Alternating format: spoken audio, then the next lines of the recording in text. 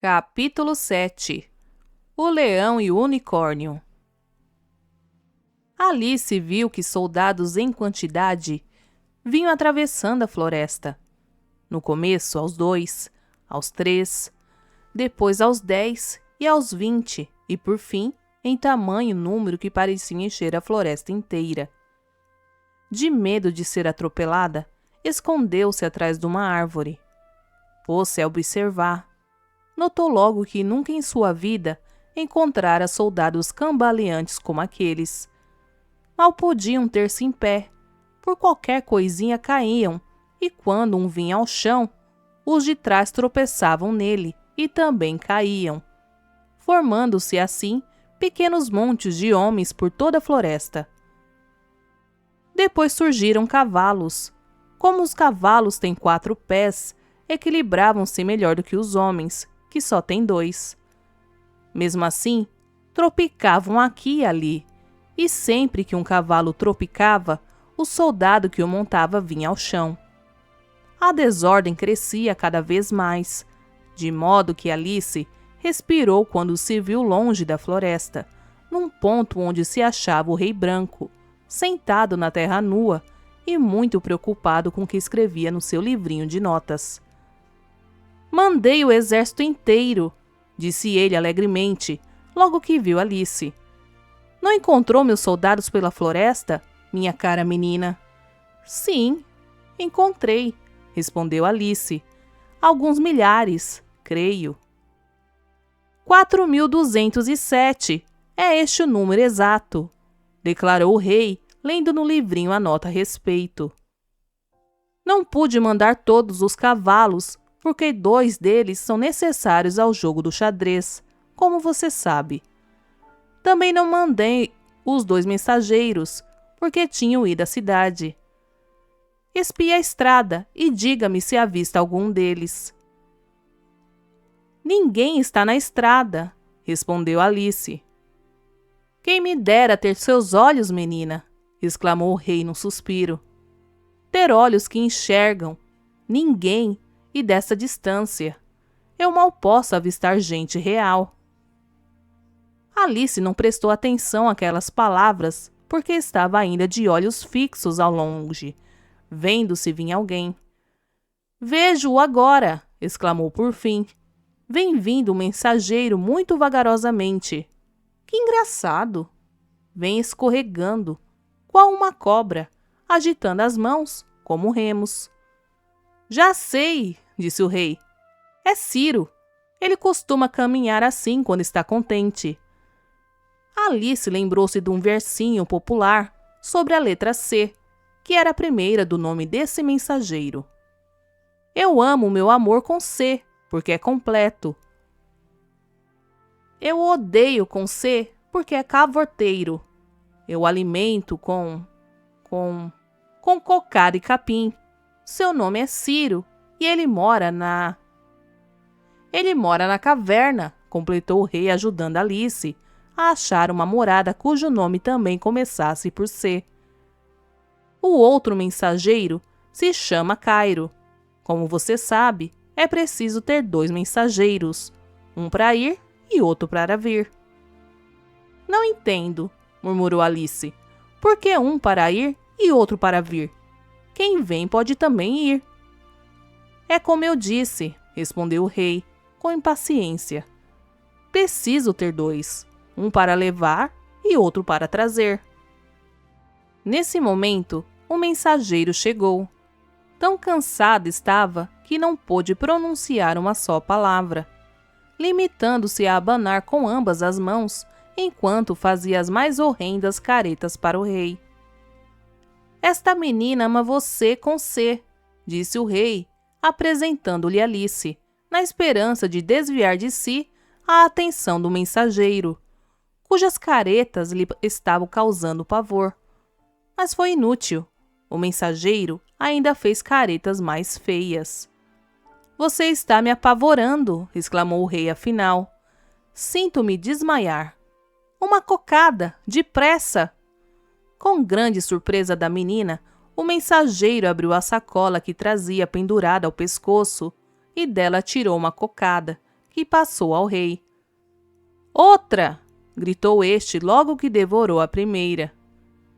Não existe mais nada na sacola, a não ser capim, majestade, respondeu o mensageiro. Serve capim, murmurou o rei em voz sumida. Alice respirou quando viu que o capim havia feito o rei voltar a si. Nada melhor do que capim para desmaios, explicou ele, enquanto engolia aquele estranho remédio.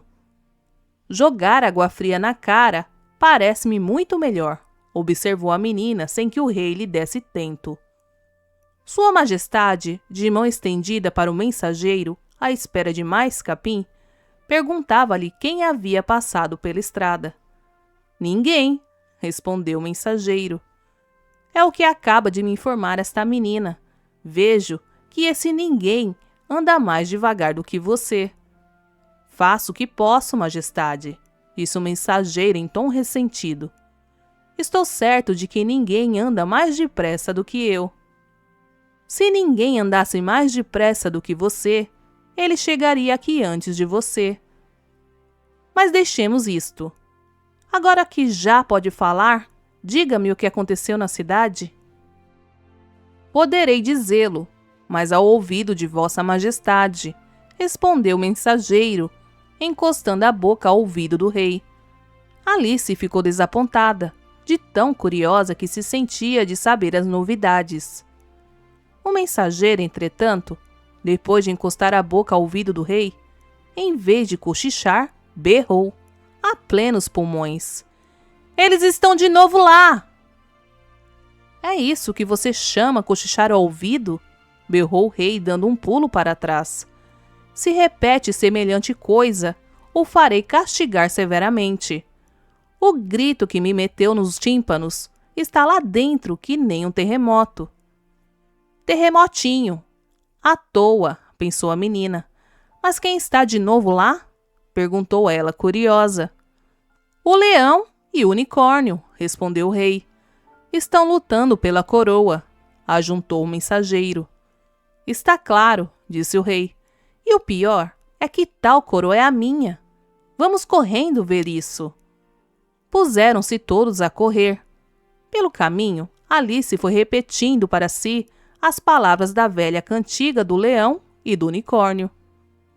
Lutando pela coroa estavam o leão e o unicórnio. O leão bateu o unicórnio em redor dos muros da cidade.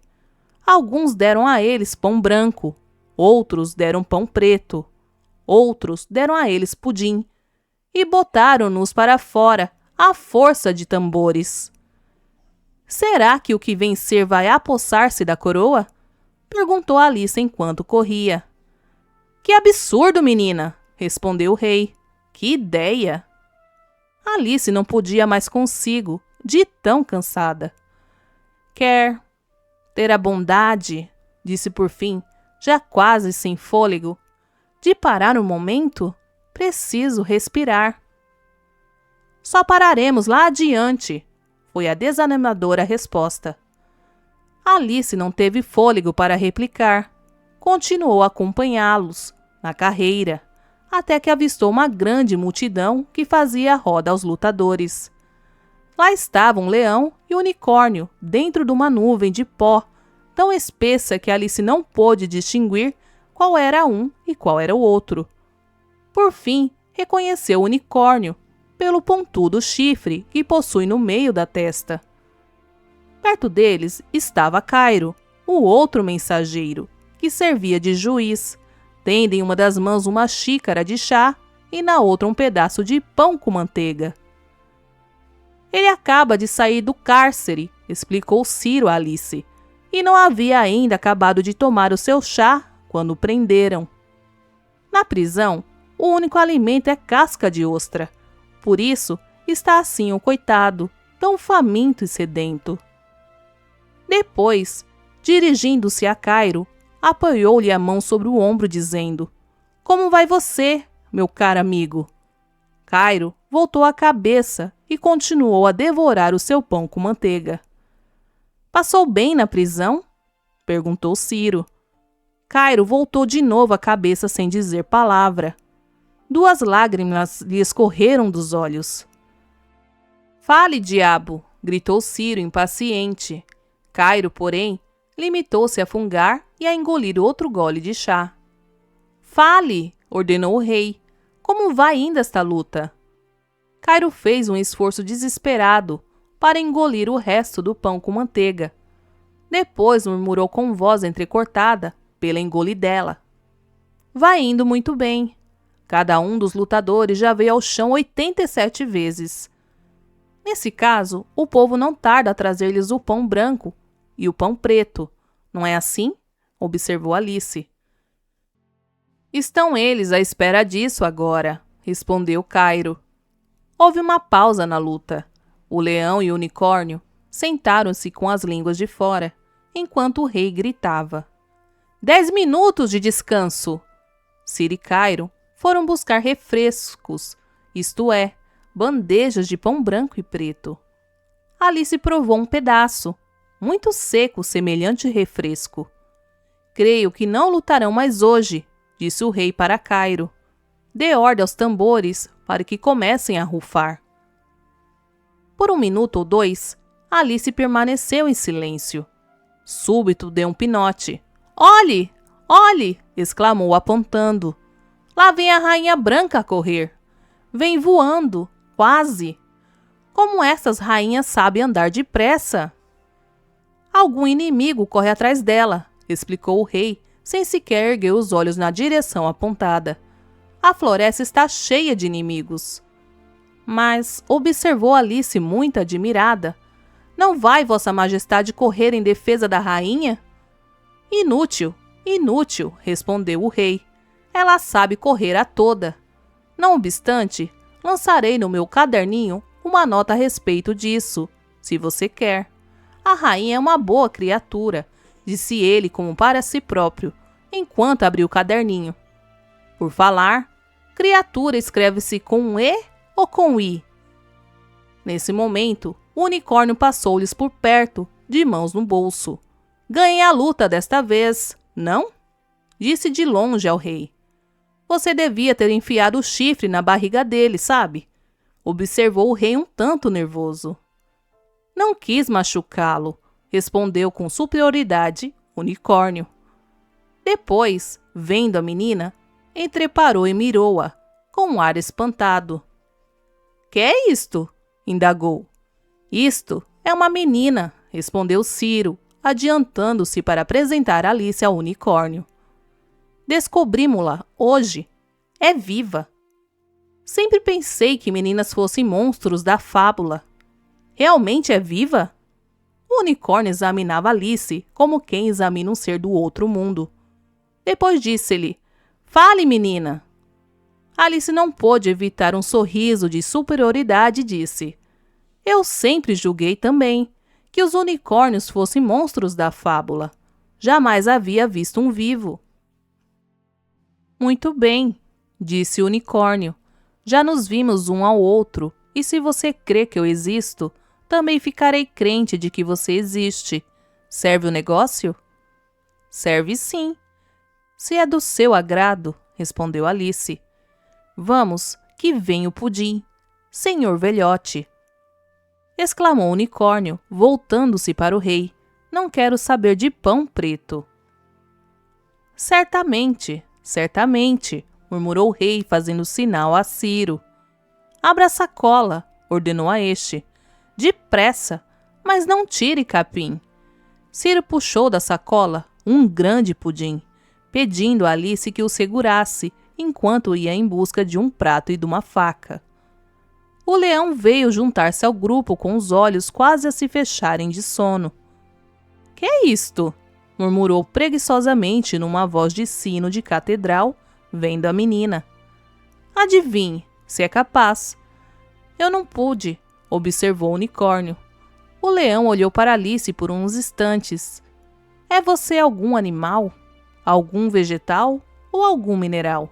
Perguntou bocejando. É um monstro da fábula, gritou o unicórnio, antes que a menina pudesse responder. Nesse caso, passe-me para cá uma fatia de pudim, monstro da fábula, disse o leão, deitando-se e acomodando o focinho entre as patas. E sentem-se os dois, ordenou ao rei e ao unicórnio. Vamos ao pudim. O rei estava evidentemente incomodado de ver-se metido entre dois bichos daquele tamanho, mas não tinha remédio. Que linda luta vamos ter pela coroa agora, disse o unicórnio olhando para a coroa que quase caía da cabeça do rei. Tal era o seu tremor. Vencerei facilmente, resmungou o leão com arrogância. Não penso assim, replicou o unicórnio. Farei você correr como um pinto pelado, berrou o leão colérico, erguendo o meio corpo. Aqui o rei interveio para evitar briga. Estava nervosíssimo, com a voz trêmula. O leão sentou-se de novo e perguntou, apontando para Alice. Quanto tempo leva este monstro da fábula para repartir o pudim? Sentada à beira de um regato, com um grande prato do pudim ao colo, a menina procurava cortá-lo com a faca. Esquisito! Exclamou sem responder ao leão. Por mais que corte as fatias, elas se juntam outra vez. É que você não sabe lidar com doces do espelho, disse o unicórnio. Sirva-nos primeiro, depois corte. No espelho é tudo ao contrário. Alice achou um tanto absurdo aquilo, mas experimentou. Ergueu-se e deu volta aos convidados, apresentando-lhes o prato. E de fato o pudim por si mesmo se dividiu em fatias. Agora corte, disse o leão quando ela voltou para o seu lugar com o prato vazio. Isso não está direito, exclamou o unicórnio enquanto Alice, de faca em punho, permanecia tonta, sem saber o que fazer. O monstro da fábula deu ao leão um pedaço, o dobro do meu. E não reservou para si nem um bocadinho, disse o leão. Gosta de pudim, monstro da fábula? Alice não pôde responder. Tambores começaram a rufar. De onde viria o barulho? O ar parecia completamente ocupado por aqueles sons que lhe entravam pelos ouvidos e acabaram por ensurdecê-la de todo. Apavorada, Alice saltou o regato de um pulo. Lá do outro lado percebeu que o leão e o unicórnio se levantavam, furiosos de terem sido atrapalhados em sua festa. O barulho dos tambores crescia. Alice tapou os ouvidos com quanta força pôde, pensando consigo. Se este barulho não os lança fora da cidade, então nada no mundo fará. Nos vemos no próximo capítulo de Alice através do espelho.